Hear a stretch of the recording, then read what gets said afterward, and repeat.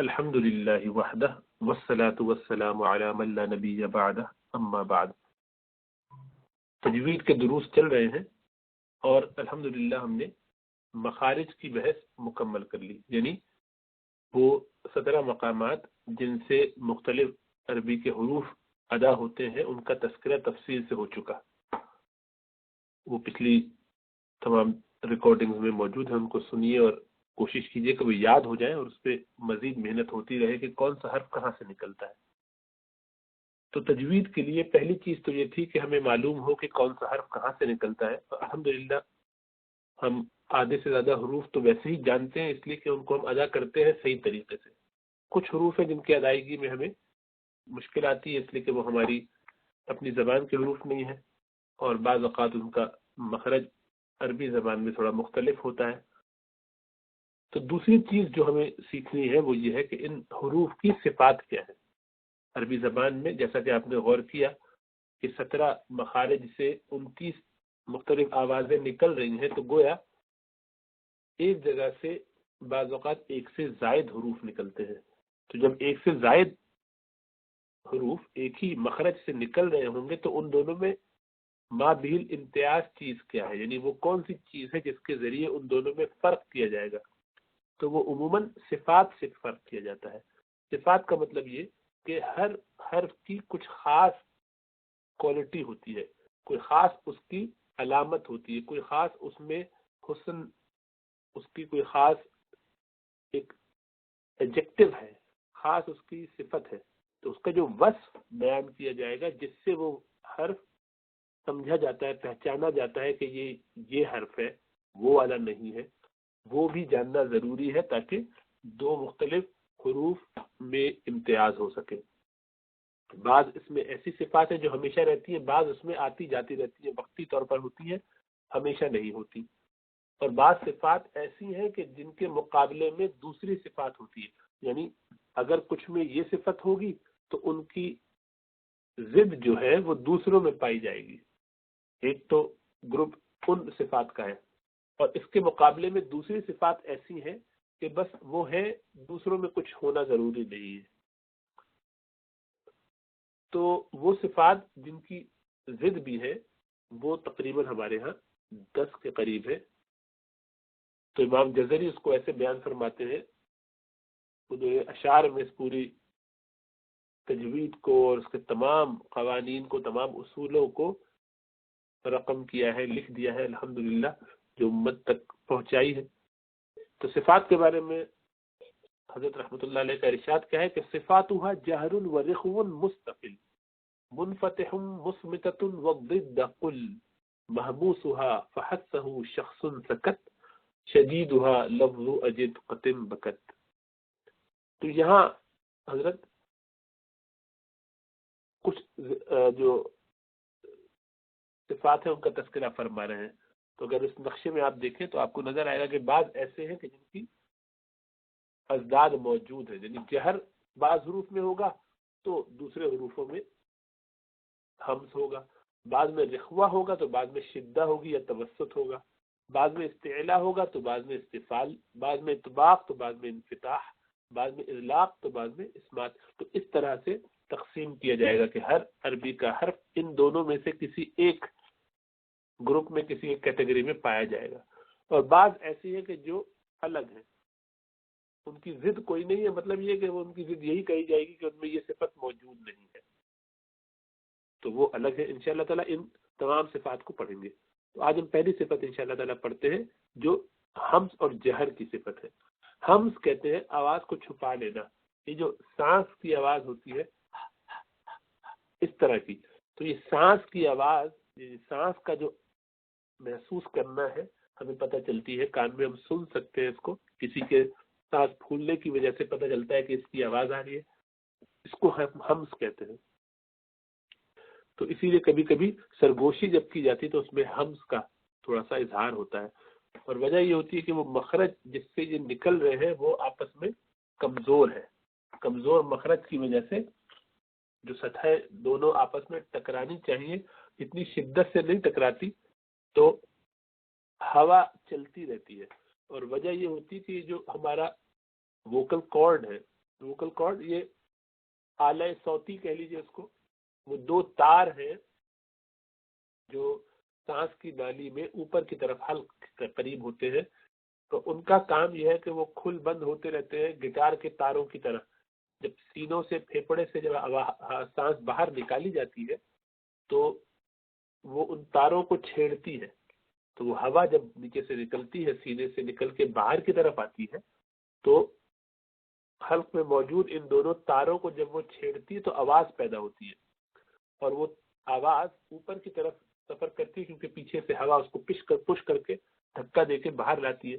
منہ کی طرف جب وہ پہنچتی ہے تو اب آپ اس کو جہاں موڑ دیتے ہیں وہ اس طرف سے ٹکرا کے نکل آتی ہے. حلق سے نکالنا چاہے تو حلق سے نکل آتی ہے، زبان اس میں گھما کے ایسے کر دے تو ایسے.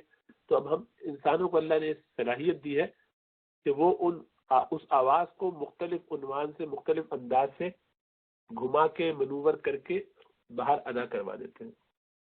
تو جب وہ آواز باہر آتی ہے تو وہ جہاں سے ٹکرا کے یا جہاں سے نکلتی ہے ویسی ہی شکل اختیار کر لیتی ہے.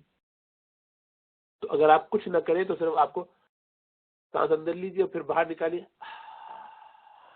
یا کوئی آواز کرنا چاہے تو خود بخود دیکھیے ووکل کارڈ ہلا اور یہ آواز آتی رہے گی، یا خود بخود ہوا خالی باہر آ رہی ہے. تو ایک چیز ہے آواز اور ایک چیز ہے سانس. تو آواز اور سانس، حمز کا تعلق سانس سے ہے کہ آواز بند ہو جائے یا چلتی رہے لیکن سانس بھی چلتی رہے. اگر سانس چلتی رہے گی کسی بھی حرف میں تو اس کو کہیں گے یہ وہ حرف ہے جس میں حمز پایا جاتا ہے، یعنی یہ محموس ہے، حمز والا حرف، ایسا حرف جس میں حمز ہے. اور وہ یہ اس طرح کے ساؤنڈ، یہ 10 حروف ہیں اور ان کا مجموعہ جیسا امام نے بیان فرمایا رحمۃ اللہ علیہ امام جزری نے کہ فحسہ شخص سکت ہے. ف ح س ہ ش خ ف س ک ت، یا ف ح س ہ شین خ صاد سین کاف تا. یہ جو حروف ہیں 10 کے 10، ان میں یہ صلاحیت ہے، یہ صفت ہے کہ جب آپ ان کو ادا کرتے ہیں تو ان میں سانس کی آواز چلتی رہتی. تو آپ خود ہی غور کیجئے، اف دیکھیے سانس آ رہی نا، آواز بند ہو جاتی ہے اس کے باوجود آتی رہتی. آواز تو اف پہ بند ہو گئی لیکن آپ جاری رکھ سکتے ہیں، سانس جاری رہے گی. اور وجہ اس کی یہ ہے کہ یہ جو آلہ صوتی کہہ لیجیے، جو آواز نکالنے والا آلہ ہے کو وترین کہتے ہیں، یہ کھلے رہتے ہیں. تو جب کھلا رہے گا تو اس میں سے مستقل سانس آتی رہے گی جتنی لمبی آپ کی سانس ہے. جب آپ سانس لینا چھوڑ دیں گے یعنی باہر نکالنا چھوڑ دیں گے تو وہ بھی رک جائے گی. تو اف اح اس اش اخ اف اس ات ات، ان دونوں میں سانس آخر میں نکلتی ہے، بہت دیر تک نہیں رہتی لیکن تھوڑی دیر رہتی. ات، یہ جو آواز ہے یہ سانس کی آواز ہے. اک یہ تو کاف کی آواز ہے لیکن ہم کرتے کیا ہے ات، خالی سانس چھوڑ دیتے ہیں آخر میں. ات ات، تو یہ آخر میں جو سانس کی آواز آ رہی ہے ٹھیک، یہ ہے حمز. تو حمز ان سارے حروف میں پایا جاتا ہے. تو گویا یہ ان 10 میں پایا گیا تو باقی جو 19 ہے ان میں نہیں ہوگا. اس کو کیا کہیں گے؟ جہر. جن میں نہیں پایا جائے گا ان میں جہر. جہر کا مطلب ظاہر، کلیئر، واضح، بالکل صاف آواز آئے گی. ال ال آپ لمبا کرتے چلے جائیے تو آواز تو لمبی ہو رہی ہے لیکن اس کے ساتھ سانس لمبی نہیں ہو رہی ہے، یعنی آپ کو سانس کی کوئی آواز نہیں آ رہی، پتہ نہیں چل رہا کہ سانس بھی نکل رہی ہے. تو یہ جہری لفظ ہے.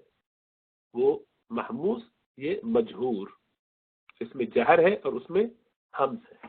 اور جہر کی پہچان دوسری یہ بھی ہے کہ آپ اپنے یہ گلے کے اوپر جہاں یہ سانس کی نالی ہے اس پر ہاتھ رکھیے، اپنی انگلیاں ادھر رکھیے اور اب وہ لفظ بولیے ال. تو آپ کو فیل ہوگا، آپ کو محسوس ہوگا کہ مستقل اس میں کچھ وائبریشن ہو رہی ہے، حرکت ہو رہی ہے مستقل جو ہے وہ، کیونکہ ووکل کارڈ اس میں آلہ صوتی جو ہے وہ بند ہوتا ہے.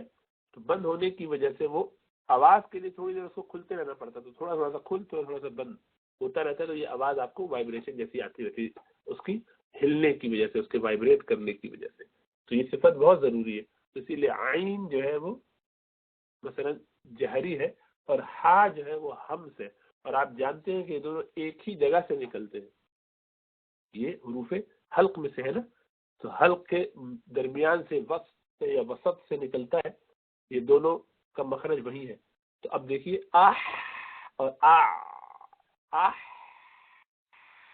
سانس کی آواز جاری ہے، اور اس میں میں نہیں ہے. میں آواز جاری کر سکتے ہیں تھوڑی دیر کے لیے، یہ آواز ہے خالی، اور اس میں سانس بھی شاید ساتھ ساتھ چل رہی ہے. آواز بند ہو گئی اور سانس چل رہی ہے. تو یہ ہم سے یہ جہر ہے، دونوں ایک ہی جگہ سے نکلتے ہیں، ان دونوں میں یہی فرق ہے. اسی طرح سے ر اور و ان دونوں میں بھی کوشش کی جائے گی کہ یہ دونوں سانس کے بغیر نکالے جائیں. اب یہ وہی بات عربی زبان میں ایک ایمن سوید رشدی حافظہ اللہ، جن کی سلائیڈز ہیں بہت اچھے طریقے سے سمجھاتے ہیں. جن کو عربی زبان آتی ہو ان کو چاہیے کہ ان کی یوٹیوب پہ جو کلپس ہیں ان کو سنے سمجھے. بڑے شیخ ہیں اس وقت. ابو بکر شافعی جو شاعر ہے، بڑے اچھے قاری ہیں، ان کے یہ استاد ہیں. اسی طرح شیخ احمد سعد ہمارے جو استاد ہیں ان کے بھی یہ استاد ہیں.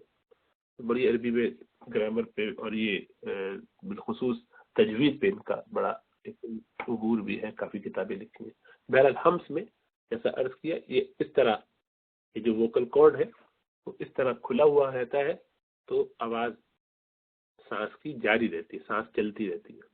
جبکہ جہر میں یہ بند ہو جاتا ہے، ہلکا سا کھلا ہے دیکھیے آواز نکلنے کے لیے، تو تھوڑا سا کھلا پھر بند ہو، تھوڑا سا کھلا، اس سے مستقل اس میں اہتزاز ہوتا رہے گا. اہتزاز کا مطلب ہے کہ وائبریشن ہوتی رہے گی، پھڑک ہوتی رہے گی، پھرک ہوتی رہے گی، یعنی آواز ہلتی رہے گی. تو یہ دو ہو گئے. اب ان کی یہ صفات ہے ہمس اور جہر. تو جو آپ ان کو ادا کریں تو احتیاط سے کریں، اور کرتے ہیں الحمدللہ، اس کا خیال لو. عموماً اس میں کوتاہی لوگ نہیں کرتے ہیں، اللہ کا فضل. کیونکہ اردو زبان میں بھی یہ صفات اسی طرح سے پائی جاتی ہے، تو یہ آسان ہے ہمارے لیے. بعض لوگوں کو مشکل ہوتا ہے جن کی زبان اردو یا عربی نہ ہو. تھوڑی سی تلاوت کرتے ہیں.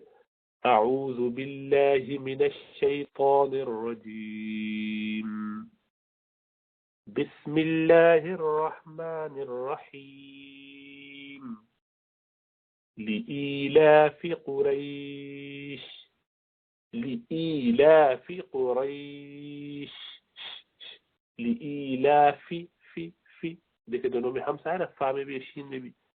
لئی یا ساکنہ سے پہلے حمزہ ہے اور اس کے نیچے زیر ہے، تو یہ مدی حروف میں سے ہے نا. لا، لام کے بعد الف بول رہے ہیں کیونکہ ہماری پوری توجہ بولنے پر ہے کہ ہم بول کیا رہے ہیں. لإیلاف قریش، یا ساکنہ سے پہلے زبر ہے، رو پر زبر ہے، ریش، تو یہ لین ہے اور اس کو بھی کھینچیں گے کیونکہ سیکنڈ لاسٹ لیٹر یا ساکنہ ہے. اگرچہ مدی ہو یا لین کا ہو تو دونوں صورتوں میں اس کو مد کرتے ہیں. مد اللین کہتے ہیں یہاں پر، اس صورت میں مد العارض للسکون کہتے ہیں. لإيلاف قریش إيلافهم رحلة الشتاء والصيف. صوت کو موٹا کرنا ہوگا. شتاء میں مد ہے، الف ساکنہ کے بعد حمزہ آیا اس لیے یہاں پہ مد ہے، کھینچا جائے گا. شتاء والصيف، واو ہے، والصيف، صیف صوت پر زبر ہے یا ساکنہ سے پہلے، اس لیے اس کو کھینچیں گے. اور صیف، سیف نہیں وہ سین بن جائے گا، صیف. اور اگر سیف کہیں گے تو یہ سیف جس کو تلوار کہتے وہ بن جائے گا، تو گرمی ہے. صیف. فلیعبدوا، فلیعبدوا عین ہے، یعبدوا، رب، رو موٹا پڑھیں گے، رب هذا البیت، ہا میں بھی سانس نکل رہی ہے اور ذل بیت ذال میں نہیں نکلتی، تو اس میں سانس نکالنے کی کوشش نہ کی جائے. هذا البیت، تو کریں گے تو غلط ہو جائے گا، یہ اس کی صفت نہیں ہے کہ اس میں ہمس کیا جائے. غل غل بالکل سافٹلی بولیں گے. هذا البيت، یا ساکنہ سے پہلے زبر ہے اسی لیے بھی لین لمبا کریں گے. بیت بیت آخر میں ہمس ہوگا. الذی کھینچا کیوں؟ اس لیے کہ آگے حمزہ آ رہا ہے. بتایا تھا کہ الف پر زبر زیر پیش ہو تو وہ حمزہ ہوتا ہے. الذی اطعمہم، موٹا بھی پڑھنا ہے اور قلقلہ بھی کرنا ہے اس پر. وہ آگے صفات میں پڑھیں گے کہ کیسے کرتے ہیں. اطعمہم اطعمہم، میم کے بعد آگے میم آ رہا ہے مشدد تو غنہ کریں گے. اطعمہم من، نون ساکنہ، من آگے جیم آ رہا ہے اس لیے اس کو اخفا کریں گے. من جوع، اگر رکے یہاں پر جو نقطہ پڑا ہوا ہے وہ غلط ہے، وہ نقطہ نہیں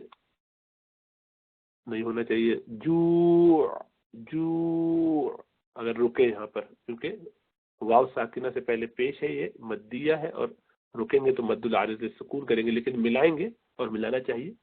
جوعن، جوعن تھا جوعن، اس کو واو میں ملائیں گے تو ادغام ما غنہ کریں گے. جوعن وآمنہم، وآمنہم پھر آگے میم مشدد آ رہا ہے اس کو غنہ کریں گے.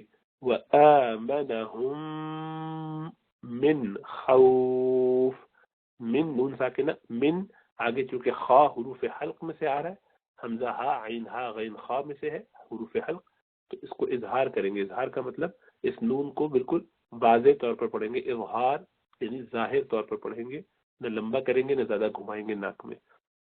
من خوف، جھٹکا بھی نہیں دیں گے، من خوف ایسے بھی نہیں، من خوف خوف ہم.